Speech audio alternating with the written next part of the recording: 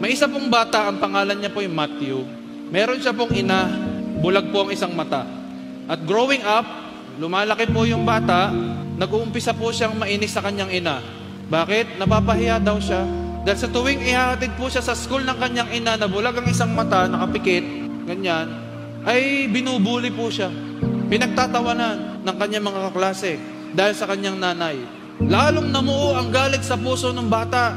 Bakit ba ito pa ang aking naging nanay? Tandaan po ninyo, wag po ninyong sasabihin yun sa inyong magulang. Bakit ikaw pa ang naging magulang ko? Ay sasabihin sa iyo ng Diyos, ay bakit ba ikaw pa ang naging tao? Dapat pala hindi ka na nag-exist sa mundong ito. Ano po nangyari? Galit na galit po yung anak niya. Bakit pa ikaw ang naging nanay ko? Dahil doon, nakatapos po siya ng pag-aaral, nakalayo po siya ng kanyang buhay, umalis po agad siya sa poder ng kanyang ina. Dalawa lang po sila magkasama kasi wala na siyang ama. Lumipas po ang taon, binubura niya po sa kanyang alaala yung itsura ng ina niya. Dahil sa tuwing maaalala daw po niya ang kanyang nanay, siya daw po ay nagagalit lang, nasamaan loob, naaalala niya yung pambubuli sa kanya. Hanggang sa nagkaroon po siya ng asawa, ng anak, at one time, habang masayang naglalaro po ang kanilang buong pamilya sa bahay ni Matthew at ng kanyang mga anak, may kumatok sa pinto. At ang nagbukas ng pinto po ay ang kanyang anak. At pagtingin doon, sumigaw yung anak. Natakot. Yung pala nandun yung nanay ni Matthew. Natakot daw po. So nagulat si Matthew, sumunod siya doon sa kanyang anak at sinabi niya, Bakit? Tinuro po yung kanyang ina. Nagalit na naman si Matthew. Nag-flashback na naman yung masamang ginawa. Alam yung sinabi niya, lumayas ka dito, di ka namin kailangan. Sinigawan, binagbagsakan ng pintuan. Kakaawa yung nanay. Kinausap siya ng kanyang asawa, si Matthew. Ba't ka naman ganun? Nanay mo yun. Hanggang sa nagkaroon po siya ng realization. Sabi niya, bakit ko nga ba ginagawa yun sa nanay ko? Ako na lang ang tanging pamilya niya. Kaya dahil po doon, naghangad po siyang puntahan ng kanyang ina sa kanilang tahanan. At gusto niyang ma-restore ang kanilang relasyon. Kaya po nung weekend, pumunta po si Matthew doon sa kanila.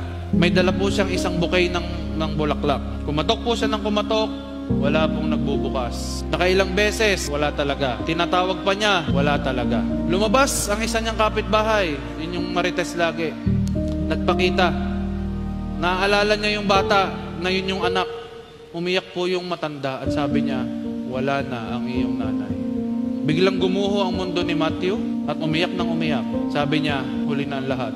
Yung susi ng bahay, iniwan sa dyanong nanay doon sa kapitbahay na yon at ibinigay kay Matthew. Pumasok si Matthew sa kanilang bahay, nakita niya yung paboritong upuan ng kanyang nanay at siya'y doon umupo habang umiiyak. At doon niya nakita sa lamesa ang isang sulat.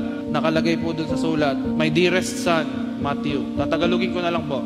Sorry kung pumunta ako sa bahay niyo nung nakaraan at nagulat o natakot ang anak mo sa akin. Gusto lang sana kitang makita kasi miss na kita. Grabe yung love ng ina. Miss na kita.